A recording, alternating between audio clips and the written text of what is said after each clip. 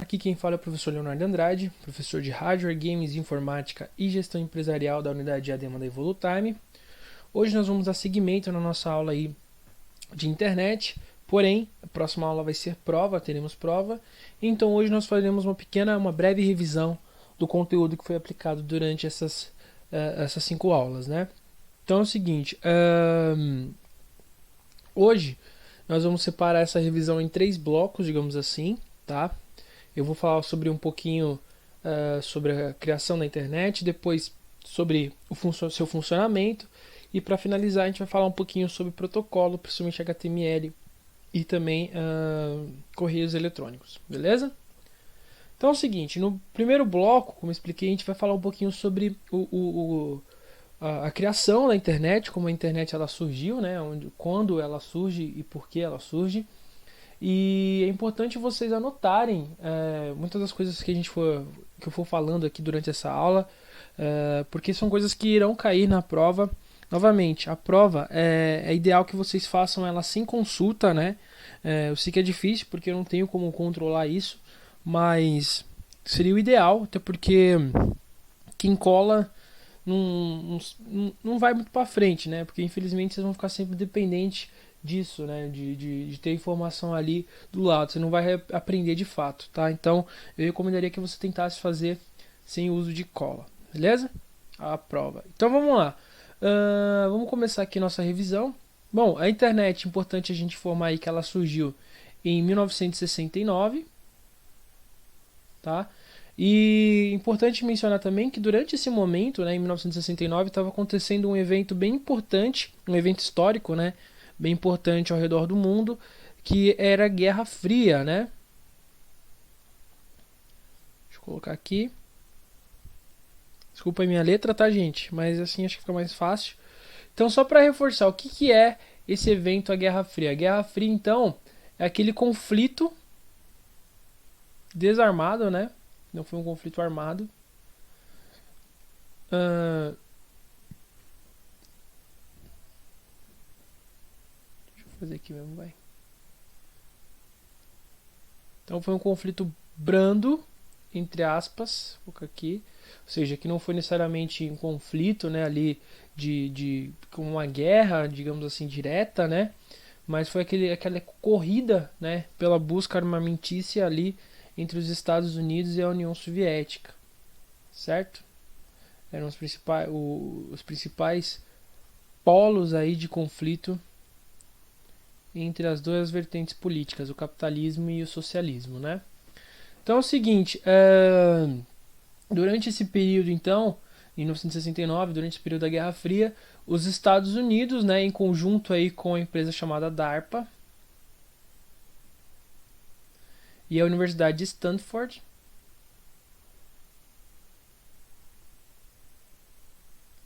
né, desenvolveram então o primeiro projeto de internet chamado de ARPANET. Beleza? Então, esse era o primeiro projeto aí de internet. E aí, por que ela foi desenvolvida, esse projeto? Porque justamente nesse período da Guerra Fria, por acontecer essa crise política, né, que estava em vigência ali no momento, se tinha uma preocupação com espionagem, né, com digamos assim, o hacking, né? Não estou falando de hackear no sentido de computador e tal, no sentido realmente de roubar, de invadir ali algumas ligações, chamadas, enfim, rádios, né? E pegarem informações. Então, os Estados Unidos, em conjunto com essas duas empresas, né? Com a Universidade de Stanford e com a DARPA, desenvolveram então esse projeto que seria um meio de comunicação não tão facilmente assim rastreado, né? Não poderia ser grampeado, por exemplo, com uma ligação telefônica, beleza? Importante a gente relembrar também que dentro da internet, a internet ela é um meio de comunicação, certo? E dentro de um meio de comunicação, nós trabalhamos aí geralmente com 5 elementos ou ferramentas para que essa comunicação ela possa estar acontecendo. Então, quais são esses elementos? Primeiro, nós precisamos aí de um emissor, aquele que envia a mensagem.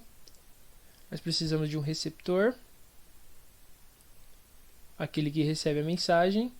Nós precisamos da mensagem propriamente dita.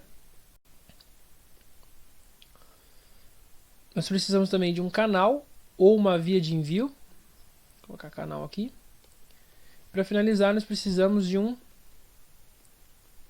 protocolo. Termo esse que talvez seja o mais importante aí quando a gente fala de internet, né? Lembrando aí que a gente tem alguns protocolos que são extremamente importantes, como o IP. Espero que vocês lembrem o que significa antes de escrever. Opa. Esqueci um R aqui. Bom, internet. Protocolo, né? Protocolo de internet. A gente também trabalha com o TCP/IP. Já expliquei para vocês o que é, né? É o Transfer Control Protocol IP e Internet Protocol. Então, um protocolo de controle de transferência de IPs. Ele é o protocolo que controla a transferência e o envio do IP dentro da internet. Tá? A gente também tem o HTTPS. O HTTP, que seria Hypertext Transfer Protocol. Então ele é um protocolo de transferência de hipertexto, que é o HTML, né? É ele quem vai converter aquele monte de código lá que a gente digita no bloco de notas em uma página de internet. Então, lá quando a gente estava fazendo HTML e a gente digitava lá um código hexadecimal lá, por exemplo, dentro da cor, para que a página entenda aquilo como a cor azul mesmo, quem vai fazer esse trabalho vai ser o HTTP, né? É ele que vai converter de um para outro. E tem aí o HTML também, que a gente pode colocar aqui, né? Existem muitos outros que eu não vou citar aqui. Eu posso até citar aqui, eu não vou colocar o significado, porque eu já falei isso em outra aula, acho que não tem necessidade. Como o FTP, o POP, que é o de e-mails, né? Entre outros, tá? Que é um F, tá, gente? Desculpa a minha letra. Ok? Então essa aqui só a parte talvez aí inicial desse conteúdo de revisão, tá? Como é uma revisão, então eu acho muito mais interessante, e porque assim, eu acho meio sem sentido a gente necessariamente fazer uma revisão muito extensa, já que vocês têm a possibilidade de reassistir as aulas, aí já que estão todas aqui no grupo. Os links para as aulas estão todos aqui no grupo, né? Então não preciso estar entrando tão diretamente, profundamente sobre esses assuntos, já que existem já materiais para vocês consultarem, né? Então eu vou fazer bem por cima mesmo, é só para a gente estar relembrando algumas coisas, beleza? Bom, vamos passar para a segunda parte então. Então a gente está falando aqui um pouquinho sobre a criação, desenvolvimento da internet, um pouquinho dos elementos que compõem a internet. E aqui vamos falar sobre o seu funcionamento, né? Então é o seguinte, em primeira instância, a gente tem que lembrar aí que existem 3 coisas que são necessárias para o funcionamento da internet mesmo propriamente, que são meio físico, peraí, aqui em cima, meio físico, dispositivos de meio e dispositivos finais.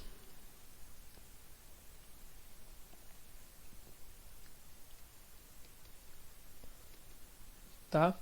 Então o que é isso? O meio físico, ele vai enquadrar aqui cabos, os conectores, aquilo que eu vou utilizar como meio físico, como peça física mesmo, como componente físico, né? Para que eu consiga ter a internet dentro da minha casa, né? Então, por exemplo, a internet ela vem se vier da rua, provavelmente ela vai ser trazida até sua casa por algum tipo de cabo, né? Seja ele fibra ótica ou seja ele cabo de cobre mesmo de par trançado, né? Já os dispositivos de meio é a forma que a internet ela vai ser convertida naquilo que vem da rua para algo que a gente pode utilizar de fato, né? Então, mais ou menos assim, ó, provavelmente na casa de vocês, né, vocês não bebem a água diretamente, eu imagino, talvez, eu não tenho certeza, né? Tem gente que sim, tem gente que não, isso vai de cada um, não estou julgando, né? Mas existem algumas residências que o pessoal não bebe geralmente a água direto da torneira, né? Você vai ter um filtro ali que vai converter aquela água ali, vai transformar aquela água ali é, é, não totalmente pura, digamos assim, que vem da rua, né? Em algo que você pode estar bebendo ali tranquilamente, né? Em algo realmente tranquilo para você para consumo. Então, o dispositivo de e-mail ele vai fazer mais ou menos isso, como se fosse um filtro, né? Ele vai transformar aquele sinal que vem da rua em algo que o computador, os nossos computadores, eles possam utilizar. Então, dentro desse e-mail aqui, a gente pode colocar aqui o modem, os roteadores, os switches, é um H aqui, tá? Switches e por aí vai, né? Tem outros, o hub que hoje em dia não é tão mais utilizado, né? Mas enfim, então é o seguinte, ó, a gente precisa do cabo, que é o meio físico. O dispositivo de meio, então, é aquilo que vai converter aquele sinal de internet, digamos assim, ruído, né? Ou sujo, que vem da internet, entre aspas, deixa bem claro, em algo que seja inteligível ali, que seja compreensível para o nosso computador. E os dispositivos finais, eles vão ser de fato aqueles que vão receber o sinal final. Então a gente pode colocar aqui os computadores.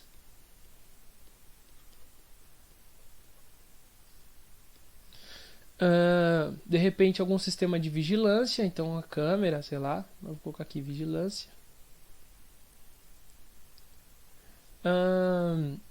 De repente algum sistema de segurança de porta, né? Então, sei lá, para quem aqui já foi em alguma academia, algum lugar assim, tem ali o leitor, né? Faz a checagem ali, de repente, do biometria, né?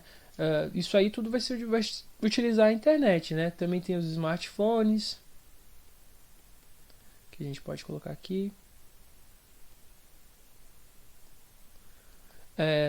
TV Smart, enfim, tudo aquilo que for receber a internet é enquadrado aí como dispositivo final, né? Ele se enquadra aqui como dispositivo final, ok? Beleza. Outra coisa que eu acho interessante a gente comentar aqui são sobre os tipos de rede, né? Já que isso aqui também se enquadra dentro do funcionamento aí do uso da nossa internet. Então a gente pode falar aqui, por exemplo, sobre as diferenças, principalmente entre LAN, que são os termos que a gente mais vai utilizar, e o WAN.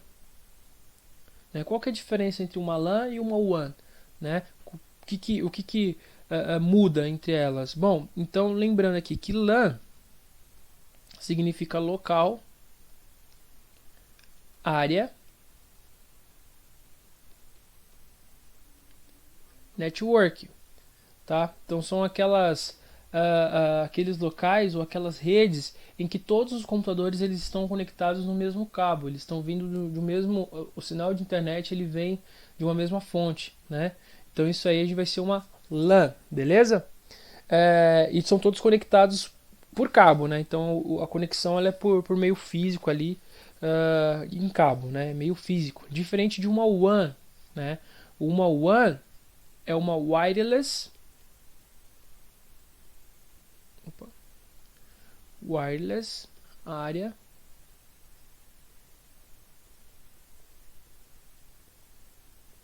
então network. Então aqui é uma área de trabalho, né? Network seria a rede de trabalho sem fio, né? Sem cabo. Então é uma área onde a gente vai utilizar ali o Wi-Fi. Então se você tem uma sei lá, uma empresa, uma academia, não sei, e você está disponibilizando ali o Wi-Fi, então todos os computadores que estiverem conectados naquela mesma rede, né, vão fazer parte da mesma WAN, certo?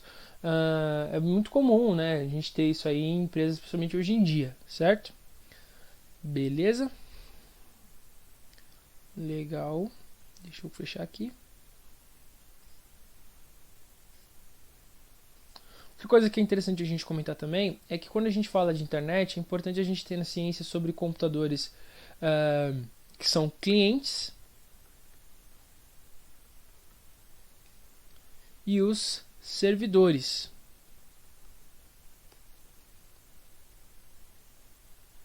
né? Então, os computadores clientes são aqueles que recebem o sinal de internet e usam ali para navegar, e os servidores são aqueles que fornecem, né? Ou fornecem a internet, ou simplesmente fornecem de repente acesso, né? Então, vamos dar um exemplo. Já falei numa empresa, vou fazer aqui um desenho bem tosquinho, tá? Então, vamos supor aqui que numa empresa eu tenho um computador aqui que vai ser o meu servidor, né? Um computador aqui que vai ter bastante espaço de armazenamento, né? Para colocar bastante arquivo, enfim. E esse servidor, ele serve, né, a vários outros computadores. Um desenho aqui bem bonitinho, só que não. Então ele serve aqui aos computadores clientes, né? Então é o seguinte, o mesmo computador, por um exemplo de uma lan house aqui, né? Só que é o seguinte, depende muito, né? Essa questão de clientes e servidores pode ser nas duas formas, pode ser tanto uma WAN quanto uma LAN. Pode ser aqui um servidor que seja acessado por Wi-Fi, né? Então vamos dar um exemplo ali de uma impressora, de repente. Não necessariamente a impressora vai ser um servidor, mas eu estou dando um exemplo, né? Uma impressora em que todos os computadores eles conseguem acessar aquela impressora através do Wi-Fi, né? Então seria mais ou menos uma lógica parecida, certo? Então aqui, ó, a gente tem um computador que ele vai ser um computador de armazenamento, ou de repente vai ter ali algum arquivo, algum programa, alguma coisa que os outros computadores eles precisam utilizar e tal para trabalho mesmo, né? Não necessariamente para internet, mas para trabalho, beleza? Então a gente vai utilizar esses dois tipos aqui de termos, né? Que são os clientes, os computadores clientes e os servidores, beleza? Vamos passar aqui um pouquinho para frente e vamos falar um pouquinho agora sobre os protocolos, né? E a internet ali sendo utilizada mesmo, principalmente a parte de correios eletrônicos, né? Bom, então a gente já sabe que o principal protocolo aqui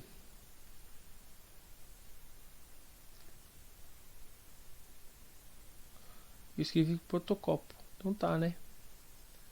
Deixa eu ficar aqui que não tem borracha. Bom, o principal protocolo nessa parte aqui de comunicação, né, entre usuário e a internet em si vai ser o HTML, né? Eu já expliquei para vocês que o HTML ele funciona através de tags, e essas tags elas são representadas pelo símbolo de menor que, símbolo aqui, o nome do comando e fecha com o símbolozinho aqui de maior que. Isso aqui seria uma tag então aí de HTML, certo? Como a gente já observou, tá? E aí é o seguinte, para a gente acessar HTML, a gente precisa digitar dentro do browser, que é um termo que a gente vai ouvir bastante aí de internet. Browser é o navegador. Navegador a gente tem vários, né? Como por exemplo o Internet Explorer, Google Chrome, Mozilla Firefox, o Opera, o Safari, enfim, tem várias opções de browser.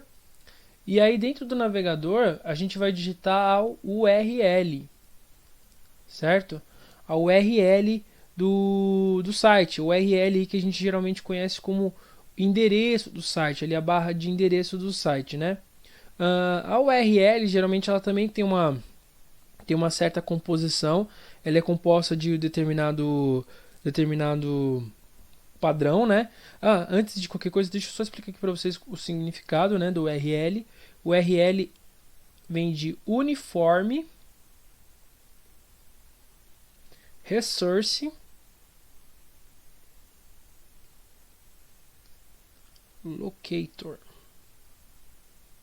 Ou se a gente fosse traduzir para português, seria algo como localizador padrão de recursos, né? Uniforme seria padrão e resource é recursos. Então é o que vai fazer a busca ali pelo site, né?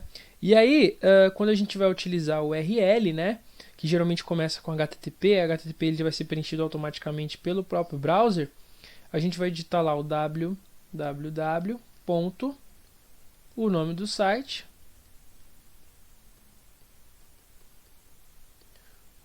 .com né? E aí a gente tem que ter noção aqui do que representa cada uma dessas coisas, né? Então aqui, ó, o que representa o www aqui no URL ou para a internet, né? www significa World de mundo, wide web, certo? Ou rede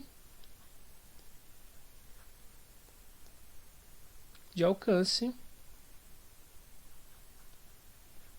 mundial, ok? Certo? Então depois vem aqui o nosso nome do site, né? O nome do site, que enfim é o nome do site, não tem nenhum segredo. Depois a gente tem o .com, né? Como é que a gente chama isso aqui? Vamos ver se alguém lembra aí, né? Antes de eu escrever. Bom, o nome disso aqui é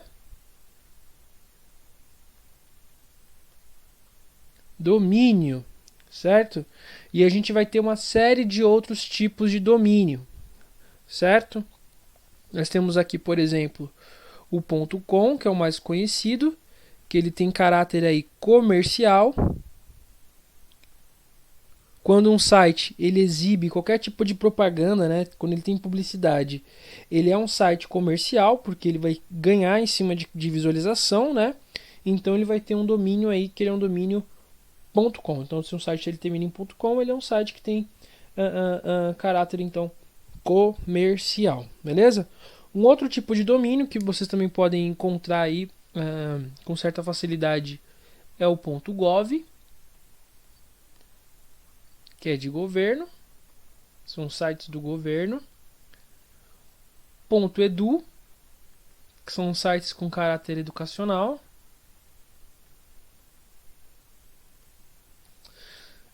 Tem .org. Professor, .org é de quê? De organização, né? Isso, mas é qualquer tipo de organização? Não. Porque se a gente for parar para pensar, uma empresa ela é uma organização, certo? Então, se a gente for falar, por exemplo, do Microsoft, a Microsoft ela é uma organização. Quando a gente fala de .org, a gente está falando de ONGs, tá? Organizações não governamentais. Geralmente são empresas que são organizações, né, que não têm fins lucrativos, são organizações não governamentais que não têm aí vínculo com o governo, certo? Então esses aqui são os mais comuns aí que a gente vai encontrar